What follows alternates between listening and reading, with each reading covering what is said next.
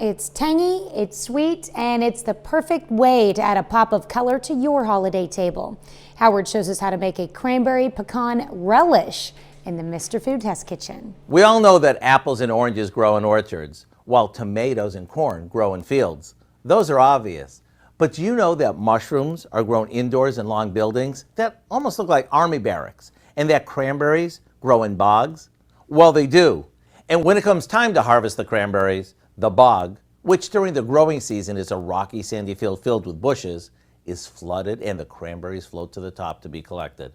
Today we're going to show you how to turn these into a tasty relish that's a nice change of pace from your typical cooked or canned cranberry sauce.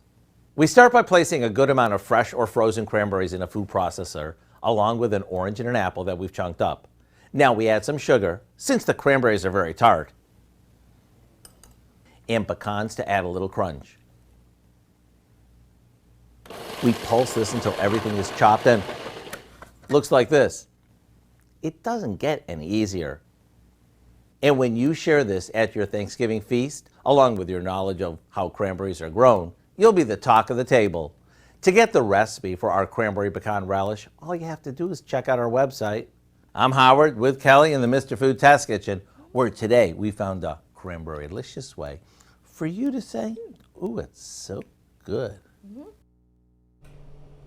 We can find this recipe along with a lot more good food from the Mr. Food Test Kitchen online. Just go to our website at KOAMnewsnow.com.